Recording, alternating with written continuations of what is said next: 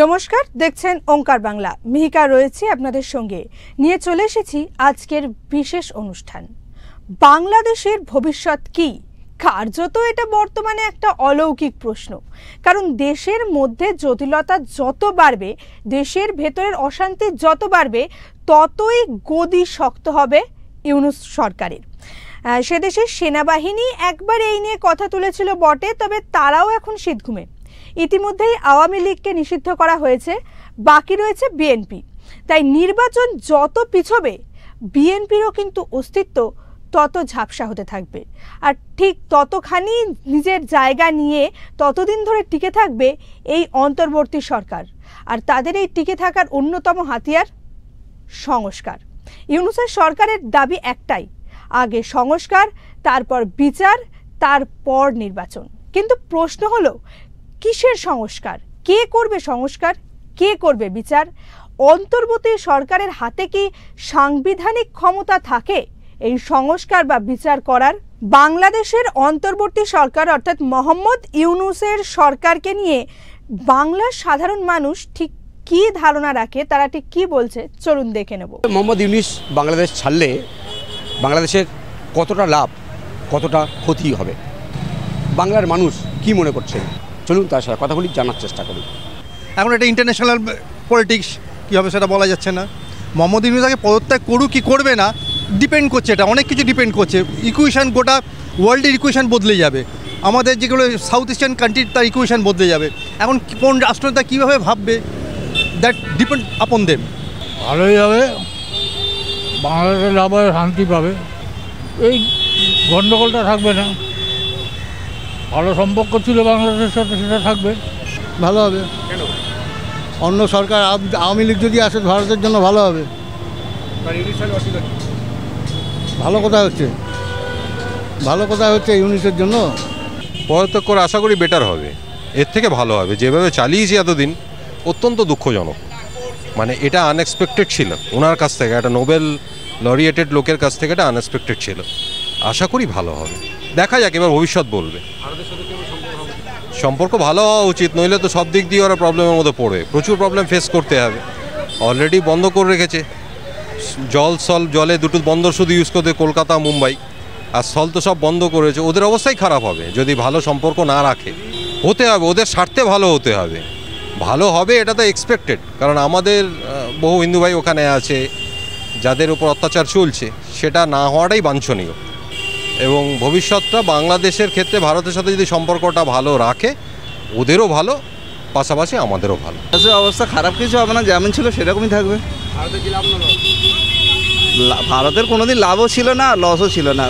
হ্যাঁ, এবার দেখতে হবে কে ওখানে এসে মানে বসছে, সেই জায়গাটাকে নিচ্ছে, সেই ব্যক্তিটি কতটা ভালো কতটা খারাপ তার ওপর অনেকটা কিছু ডিপেন্ড করবে। এবার সেই যদি মানে ব্যক্তিগতভাবে ব্যক্তিগত স্তরে দেশের উন্নতি ডেভেলপমেন্টের কথা, যেটা এর আগে শেখ হাসিনা অনেকটা যে জিনিসটা ছিল, যে ডেভেলপমেন্টটা ছিল, সেইভাবে যদি চিন্তাভাবনা করে তাহলে দেশের উন্নতি। আর যদি মনে করে যে ওরা নিজেদেরকে ডিস্ট্রাকটিভ করবে, তাহলে দেশে ডিস্ট্রাকটিভ হবে, প্রতিবেশী দেশের সঙ্গে সম্পর্ক খারাপ হবে। এই মুহূর্তে বাংলাদেশের পরিস্থিতি ঠিক কেমন? সত্যি কি সেখানে নির্বাচনের কোনো সম্ভাবনা আছে? সে দেশের সেনাবাহিনীর প্রধান ওয়াকারুজ্জামান একবার বলেছিলেন 26শে জানুয়ারির মধ্যে নির্বাচন সম্পন্ন করতে হবে। বিএনপিরও দাবি ডিসেম্বরের মধ্যে নির্বাচন হতেই হবে। কিন্তু ঠিক কি চাইছে অন্তর্বর্তী সরকার? পদত্যাগ নিয়ে জবরদস্ত একটা নাটকের পর ফের জাকিয়ে বসেছেন বাংলাদেশের অন্তর্বর্তী সরকারের প্রধান মোহাম্মদ ইউনূস। পদত্যাগের ইচ্ছা প্রকাশটা যে তার একটা ছেলে দেখার কৌশল ছিল, তা পরিষ্কার হতে বিশেষ সময় নেয়নি। নাটকীয়ভাবে একটি কোমল হুঙ্কারের পর সে দেশের সেনাবাহিনী ঝঞ্ঝাট এড়িয়ে যেতে চেয়েছে। দুদিন বাদেই জানিয়ে দিয়েছে তারা জনগণের সঙ্গে আছেন এবং সরকারের সঙ্গেও তাদের কোনো বিরোধ নেই। অথচ বাংলাদেশ জুড়ে অচলায়তন বাড়ছে, আর বাড়ছে বলে ইউনূসের ক্ষমতায়ন দীর্ঘতর হচ্ছে। কারণ এটাই তিনি চান, পরিস্থিতি যতই অপ্রকৃতি হবে ততই তার পক্ষে নির্বাচন পিছিয়ে দেওয়া সহজ। যুদ্ধ হোক, গৃহযুদ্ধ হোক বা রসাতলে জয় যাক, সব তা কিন্তু ইউনূসের পক্ষেই সুখবর। তার এই চাওয়াকে আরও বেশি স্বস্তি দিল সরকারি কর্মচারীদের আন্দোলন। কারণ বাংলাদেশের পরিস্থিতি যতই খারাপ হবে ততই সুরক্ষিত হবে ইউনূসের গদি। তাহলে বাংলাদেশের স্থিতিশীলতা কি এখনো বিষবাহু জলে? আওয়ামী লীগকে নিষিদ্ধ করার পর এখন ইউনূসের টার্গেট বিএনপি। নির্বাচন যত পিছবে ততই অস্তিত্বের সংকটে পড়বে বিএনপি। দীর্ঘদিন কোনো কর্মসূচি ছাড়া একটি রাজনৈতিক দল তার প্রভাব, গুরুত্ব এবং গ্রহণযোগ্যতা হারায়। তাই সংস্কার বিচার বাদ দিয়ে আগে নির্বাচন চাইছে বিএনপি। এমনিতে আওয়ামী লীগের নেতা নেত্রী, কর্মী সমর্থকেরা বেশিরভাগই এখন হয় আন্ডারগ্রাউন্ডে, নয় দেশ ছাড়া কিংবা বন্দি দশায়। একই হাল বামপন্থীদের। বাংলাদেশের রাজনৈতিক কণ্ঠ বলতে কার্যত বিএনপি। তার উপর শারীরিক কারণে দলনেত্রী খালেদা জিয়া আর আগের মতো সক্রিয় নন। ইউনূস যে প্রতিশ্রুতি দিয়েছিলেন এবং কথায় কথায় আদর্শ হিসাবে যা তুলে ধরেন, সেই সংস্কার, বিচার এবং তারপর নির্বাচন, এর মধ্যেই আছে ইউনূসের প্রকৃত আকাঙ্ক্ষা। এমনিতে বাংলাদেশের কোনো নির্বাচিত সরকার নেই, তাহলে বিচার কে করবে? সংস্কারই বা কে করবে? এই অবাস্তব পন্থাই ইউনূসের প্রধান অস্ত্র, কারণ এই দুটোই সম্ভব নয়। অতএব নির্বাচনও সম্ভব নয়। এখানে ইউনূসের প্রাণভোমরা, প্রতিষ্ঠিত হচ্ছে ক্ষমতায় থাকার অদম্য লিপ্সা। সুতরাং দেখা যাচ্ছে বাংলাদেশের পরিস্থিতি যতই খারাপ দিকে যেতে থাকবে, ইউনূসের গদি ঠিক ততটাই শক্ত হতে থাকবে। আজকে এই নিয়ে আমরা আলোচনা করব আমাদের বিশেষ এপিসোডে। আমাদের সঙ্গে রয়েছেন বিশিষ্ট সাংবাদিক অর্কপ্রভ সরকার। অর্কদা, ওঙ্কার বাংলার পর্দায় আপনাকে স্বাগত। কি মনে হচ্ছে, বাংলাদেশের নির্বাচনের কি কোনো আশু সম্ভাবনা আছে? বাংলাদেশে নির্বাচন ঠিক কবে হবে সেটা এই মুহূর্তে ওইভাবে বলা সম্ভব নয়। সেনাবাহিনী সহ বিএনপি দাবি করছে ডিসেম্বরের মধ্যে নির্বাচন করতে, কিন্তু অন্তর্বর্তী সরকার এই নির্বাচনের বিষয়ে কোনো সুনির্দিষ্ট রোডম্যাপ দিচ্ছে না। তারা বলছে যে ডিসেম্বর থেকে জুনের মধ্যে হবে। জুনে তো কখনো নির্বাচন হতে পারে না, কারণ ঘোর বর্ষার সময় বাংলাদেশের মতো নদীমাতৃক দেশ, যেখানে খাল, বিল, নদী, নালা, বন্যা পরিস্থিতির সৃষ্টি হয় অনেক জায়গায়, ওটা ডেডলাইনটা দিচ্ছে ইউনূস। আসলে ও চাইছে না যে ডিসেম্বরের মধ্যে নির্বাচন করতে। ইউনূসের দল জাতীয় নাগরিক পার্টি সদ্য ভূমিষ্ঠ, নির্বাচনে তাদের শোচনীয় ফলাফল হবে। তা সেটা যাতে না হয়, জাতীয় নাগরিক পার্টি যদি আরেকটু সময় পায়, নিজেকে গুছিয়ে নিতে পারবে। আওয়ামী লীগকে নিষিদ্ধ করা হয়েছে, এই সুযোগে ইউনূস আরো কিছুদিন ক্ষমতায় থাকতে চাইছে। এটাই হচ্ছে ওর মোদ্দা বিষয়। ওর সরকার সম্পূর্ণ অসাংবিধানিক, অগণতান্ত্রিক এবং অনির্বাচিত। প্রথম কথা, বাংলাদেশের সুপ্রিম কোর্ট নাকি অন্তর্বর্তী নির্দেশে এই অন্তর্বর্তী সরকারকে সাংবিধানিক বৈধতা দিয়েছিল। এখন পরে তথ্য চলে এসছে, সুপ্রিম কোর্টের প্রধান বিচারপতি, আপিল আদালতের বিচারপতিরা সবাই প্রাণ ভয়ে সেনানিবাসে আশ্রয় নিয়েছিলেন। সেই কোনো হিয়ারিং হয়নি। কোনো হিয়ারিং এর মাধ্যমে অন্তর্বর্তী সরকারের যে একটা বিষয়, সেটাকে স্বীকৃতি দেওয়া হয়নি। পুরোটাই মিথ্যা কথা, এবং এই মিথ্যার উপর ভিত্তি করে ইউনূস সরকার কিন্তু দাঁড়িয়ে আছে। কারণ ইউনূস জানে যে নির্বাচন হলে তাকে ক্ষমতা ছাড়তে হবে। যে দলই আসুক, তাহলে ইউনূসের পুনর্বাসন করবে না। তাহলে এই বয়সে ইউনূস কেন বা ছাড়বে? ও তো প্রথম থেকেই বলেছে ওকে অনেকদিন সময় দিতে হবে, ও সংস্কার করবে। প্রথম কথা, সংস্কার করা, বিচার করা, এগুলো দীর্ঘকালীন প্রক্রিয়া, রাতারাতি হয় না, চলতে থাকে। নির্বাচন হচ্ছে আশু কর্তব্য। আমার মনে হয় নির্বাচন একটা হবে, কবে হবে, কিভাবে হবে, কাদের নেতৃত্বে হবে, সেই বিষয়টা এখন একদম স্পষ্ট নয়। এখানে আপনি এক্ষুনি একটা কথা বললেন যে আওয়ামী লীগকে নিষিদ্ধ করা হয়েছে। এই প্রসঙ্গে একটা প্রশ্নটা নিই, যে কোন অন্তর্বর্তী সরকার কি একটা রাজনৈতিক দলকে নিষিদ্ধ করতে পারে? নিষিদ্ধ করতে পারে না, এবং আওয়ামী লীগকে অতীতেও নিষিদ্ধ করা হয়েছে, তাতে কিছু এসে যায় না। আওয়ামী লীগের অন্তত বাংলাদেশের মোট ভোটারের 1/3 আওয়ামী লীগকে ভোট দেয়। তা নিষিদ্ধ করলে সেই ভোটারদের ভোট দান কি করে হবে? আসলে ইউনূস একটা প্রতিহিংসামূলক রাজনীতি করছে, এবং ওকে সমর্থন করছে কিছু সন্ত্রাসবাদী, কিছু উগ্র ইসলামিক শক্তি। তাদের বলে বলিয়ান হয়ে ইউনূস এই পদক্ষেপগুলো নিচ্ছে। ইউনূসকে নিয়ে প্রথম দিকে বাংলাদেশের মানুষের মনে যে আশা ছিল, যে উদ্দীপনা ছিল, বর্তমানে সেটা নেই। সবাই চাইছে নির্বাচনের মাধ্যমে, অন্তর্ভুক্তিমূলক নির্বাচনের মাধ্যমে একটা সরকার তৈরি হোক।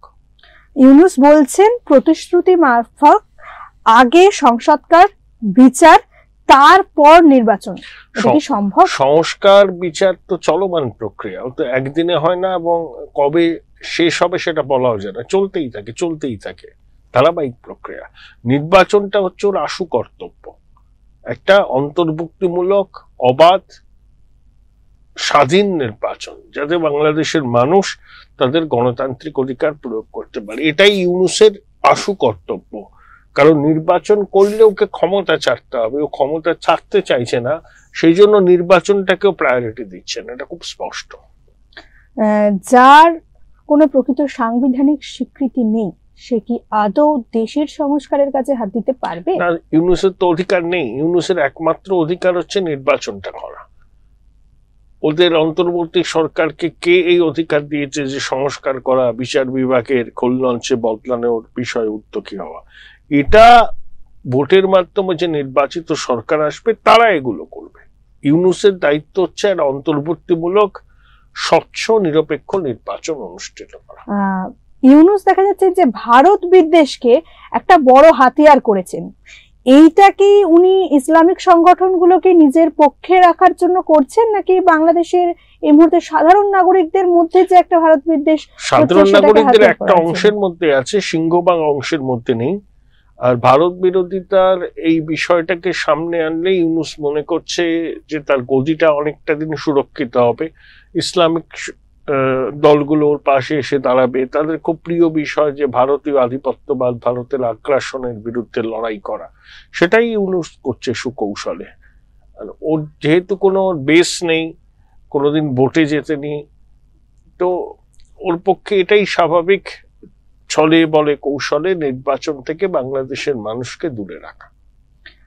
বেশ কিছু ক্ষেত্রে ইউনূসের বেশ বক্তব্য থেকে বোঝা যাচ্ছে যে উনি জামাতি পন্থীদের বেশ কিন্তু একটা গুরুত্ব দিচ্ছেন, একটা আলাদাই তোল্লাই দিচ্ছে। তো এটার পেছনে ঠিক কি অভিপ্রায় কাজ করছে? ওদের সমর্থনে ইউনূস ক্ষমতায় আছে, সেই জন্য ইউনূস ওদের সমস্ত দাবি মেনে নিচ্ছে। ইউনূসের সমর্থক হচ্ছে জঙ্গি, জেহাদি এবং মুক্তিযুদ্ধ বিরোধী শক্তি।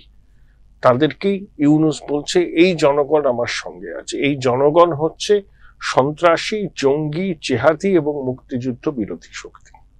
প্রথম থেকেই বাংলাদেশের যে ৭১-এর মুক্তিযুদ্ধের ইতিহাস, সেটাকে যেন কোথাও গিয়ে ইউনূস ধামাচাপা দিতে চাইছেন, এটার ঠিক কারণটা কি? আর এতে কি কোনোভাবে তিনি ভাবছেন জনসমর্থন পাওয়া যাবে বেশি? মুক্তিযুদ্ধের ইতিহাসকে ভুলিয়ে দেওয়া হচ্ছে ইউনূসের অন্তর্বর্তী সরকারের ঘোষিত নীতি। কারণ ইউনূস যাদের সমর্থনে ক্ষমতায় এসেছে তারা মুক্তিযুদ্ধের চেতনাকে মানে না। তো মুক্তিযুদ্ধের চেতনাকে যারা মানে না, যারা বাংলাদেশের স্বাধীন অস্তিত্বকে স্বীকার পর্যন্ত করে না, তারা যখন এই সরকারকে সমর্থন করছে তখন ইউনূসও তাদের মতকে মেনে নিতে হচ্ছে। এবং মুক্তিযুদ্ধের সময় ইউনূসের কোনো কার্যকরী ভূমিকাই ছিল না, এবং ও মুক্তিযুদ্ধ বিরোধী শক্তিরই একটা অংশ। ওকে সামনে রেখেই মুক্তিযুদ্ধ বিরোধী শক্তি বাংলাদেশকে পাকিস্তানের কলোনি বানাতে চাইছে। বাংলাদেশের সরকারি কর্মচারীদের একাংশের মধ্যে একটা চাপা বিক্ষোভ শুরু হয়েছে, এবং আরো একটা সমস্যা দেখা দিচ্ছে যে জিনিসের দাম প্রচন্ডভাবে বাড়ছে, এমনকি ভারতের সাথে বাণিজ্যিক লেনদেনেও একটা সমস্যার সৃষ্টি হয়েছে। তো সেটা ওই দেশের অর্থনীতিতে ঠিক কতটা? সরকারি কর্মচারীদের চাকরির শর্ত নিয়ে ইউনূস কিছু সংশোধনী এনেছেন, আইন টাইন করতে চাইছেন, সেটাকে বাতিলের দাবিতে সরকারি কর্মচারীরা আন্দোলন করছে। ব্যবসা বাণিজ্য তলানিতে, মুদ্রাস্ফীতির হার 2 সংখ্যার উপরে, ওদের যে বস্ত্রশিল্প, সেই বস্ত্রশিল্প ধুঁকছে। পবিত্র ঈদ আসছে সামনে, তখন অনেকে বলছেন যে কর্মীদের বেতন বোনাস কি করে দেওয়া যাবে। সর্বত্র একটা মাৎসন্যায় চলছে, এবং ভারতের সঙ্গে এই ধরনের সম্পর্কের টানাপোড়েন। ভারত তাদের মাটি দিয়ে ট্রান্সশিপমেন্ট বাতিল করেছে। ভারতের ল্যান্ড পোর্টগুলোতে বাংলাদেশ কোনো রপ্তানি করতে পারবে না ল্যান্ড পোর্টকে ব্যবহার করে। এটা নিয়ে বাংলাদেশের মধ্যে অসন্তোষ বাড়ছে, কারণ ইউনূসের এইসব নীতির জন্যই সেখানকার ব্যবসায়ীরা তাদের রপ্তানি মার খাচ্ছে, ব্যবসা বাণিজ্য মার খাচ্ছে। তাই ইউনূস ঘরের মধ্যেই প্রবল চাপে আছেন, এই থেকেই নজর ঘোরাতে ও ভারত বিরোধিতার তাস খেলছে। এই ধরনের নীতি এবং সেই নীতির এই যে এফেক্ট পড়ছে অর্থনীতিতে, এটার মধ্যে কি আদৌ কোনো সংস্কার প্রীতি দেখা দিচ্ছে নাকি শুধুই গদি টিকিয়ে রাখার চেষ্টা? ইউনূস বলছেন সংস্কার করবেন, কিন্তু সংস্কার করা তার দায়িত্বের মধ্যে পড়ে না। তার দায়িত্ব হচ্ছে অবাধ, নিরপেক্ষ, অন্তর্ভুক্তিমূলক নির্বাচন করা। সেই কাজটাই তাকে করতে হবে। তিনি এই সমস্ত বিষয়গুলোর অবতারণা করে ক্ষমতাটাকে দীর্ঘস্থায়ী করতে চাইছেন। এই পরিস্থিতিতে দাঁড়িয়ে বাংলাদেশের ভবিষ্যৎ ঠিক কি? যতক্ষণ না সেখানে একটা নির্বাচন হচ্ছে, নির্বাচনের মাধ্যমে একটা সরকার তৈরি হচ্ছে, ততদিন বাংলাদেশের ভবিষ্যৎ খুব অনিশ্চয়তায় ভরা। কিন্তু সেই নির্বাচন কবে হবে সে সম্পর্কে স্পষ্ট কোনো রোডম্যাপ এখনো পাওয়া যাচ্ছে না।